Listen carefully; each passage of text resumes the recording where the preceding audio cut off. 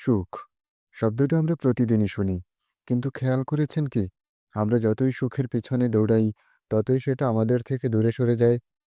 কেউ ভাবে টাকা থাকলেই সুখ আসবে, কেউ ভাবে খ্যাতি, কেউ ভাবে সম্পর্কই হলো সুখের চাবিকাঠি। অথচ বাস্তবতা হলো সুখ বাইরের কোনো বস্তু নয়, বরং ভেতরের এক মানসিক অবস্থা। আজ আমি আপনাদের সামনে তুলে ধরব জীবনে সুখী হওয়ার রহস্য, যা কেবল বাইরের তত্ত্ব নয়, বরং মনোবিজ্ঞান, দর্শন আর বাস্তব অভিজ্ঞতার মিশেল। তুলনা নয়, কৃতজ্ঞতা। আমরা প্রায় নিজেদের অন্যের সাথে তুলনা করি। ওর গাড়ি আছে, আমার নেই। ওর সাফল্য আছে, আমি পিছিয়ে।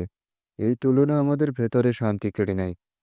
মনোবিজ্ঞানীরা বলেছেন, যারা প্রতিদিন ছোট ছোট জিনিসের জন্য কৃতজ্ঞতা প্রকাশ করে তাদের জীবনে সুখের মাত্রা 25 ভাগ বেড়ে যায়। অতএব সুখী হতে চাইলে শুরু করুন কৃতজ্ঞতা থেকে। হয়তো এক কাপ চা, কিংবা প্রিয়জনের একটি হাসি। এই ক্ষুদ্র বিষয়গুলোই সুখের ভাণ্ডার। বর্তমানে বাঁচুন। আমরা হয় অতীতের অনুশোচনায়, নয়তো ভবিষ্যতের দুশ্চিন্তায় ডুবে থাকি। অথচ সুখ সবসময় বর্তমান মুহূর্তেই লুকিয়ে থাকে। ধ্যান বা মাইন্ডফুলনেস। ধ্যান বা মাইন্ডফুলনেস চর্চা এর অন্যতম পথ। গবেষণা বলছে প্রতিদিন মাত্র 10 মিনিট মনোযোগী ধ্যান করলে মানসিক চাপ উল্লেখযোগ্য হারে কমে যায়। মনে রাখবেন, অতীত শুধুই স্মৃতি, ভবিষ্যৎ কেবল কল্পনা। সুখের আসল জায়গা হলো এখন। সম্পর্কই মূলধন। হার্ভার্ড বিশ্ববিদ্যালয়ের 75 বছরের দীর্ঘ এক গবেষণায় দেখা গেছে, সুখী হওয়ার সবচেয়ে বড় রহস্য টাকা নয়, বরং মানসিক সম্পর্ক।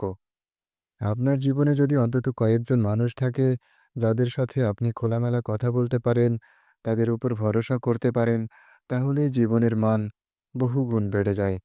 অতএব সুখী হতে চাইলে আপনার সম্পর্ককে বিনিয়োগের মতো যত্ন নিন। অর্থপূর্ণ লক্ষ্য। সুখ শুধু আনন্দ পাওয়া নয়, বরং জীবনের অর্থ খুঁজে পাওয়া।